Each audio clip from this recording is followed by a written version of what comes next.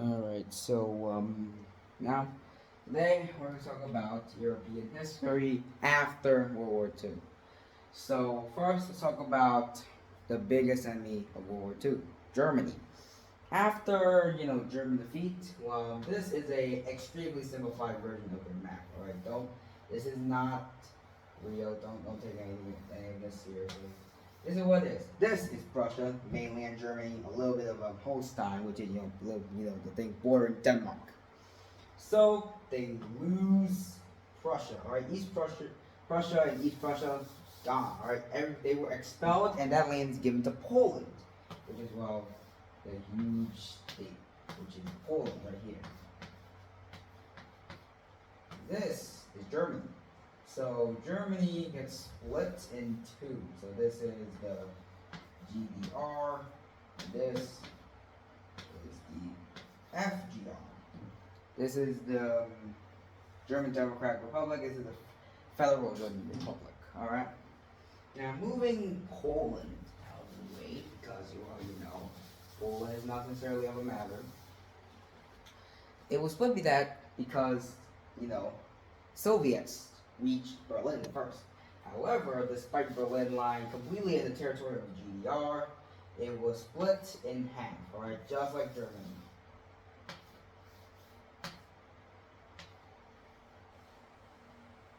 This is the Allies, the Western Allies, and these are the Eastern. Alright, so basically, they were all very well split. Now, when you talk about splitting, all right, after World War II, they're usually split into two sides: the Western side and the Eastern side. The Eastern side, all right. This is basically a very paradised version. Oh my God.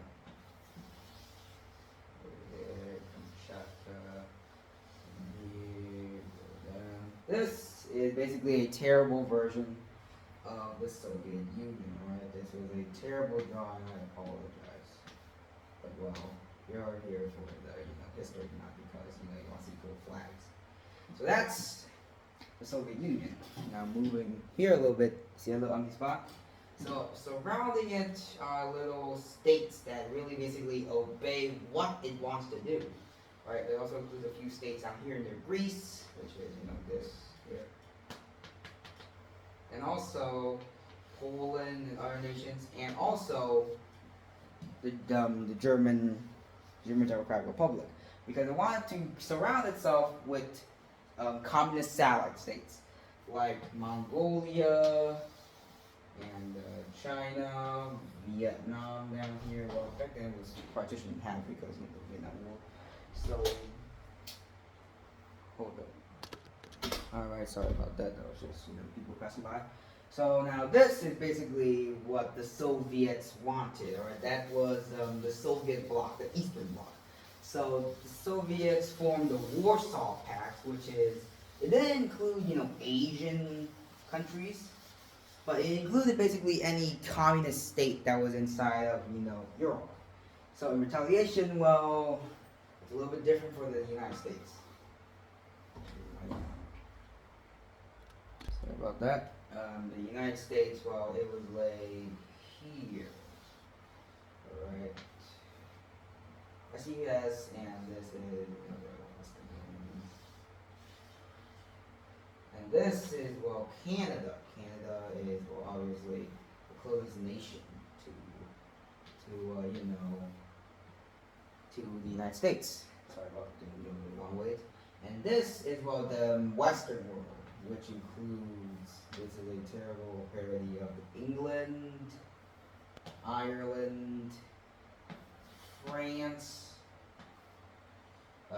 Up here we've got the Netherlands, Belgium, Luxembourg, my nation, Spain, Portugal, and there's also, of course, the classical East Germany, West Germany, which lay basically here. Let me just read all this. This was the, basically the Western world But well, that was just it. All right. It also had Norway and Finland. They didn't have Sweden because Sweden started saying neutral, even though most of their population not anti-Protestant for some reason. And Greece and Turkey later joined because well, according to the Marshall Plan that was passed shortly after what the Truman Doctrine, sorry, passed soon after World War II because it allowed the U.S. to give them money so that way they won't fall into communism because well they're very close to the Eastern Bloc. All right, like as you can tell it was very close to states like Yugoslavia, Albania. It was very close, so we gave them cash, to help us. So you can see it's in the Atlantic Ocean. So they find NATO. This is a crude version of NATO. All right.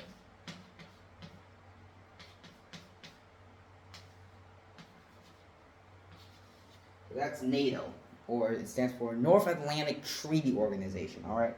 So it's basically a military organization to stop the spread of communism in Europe and basically every other nation. All right. So America, well, it also faced the Red Scare, which I've already talked about in my previous videos.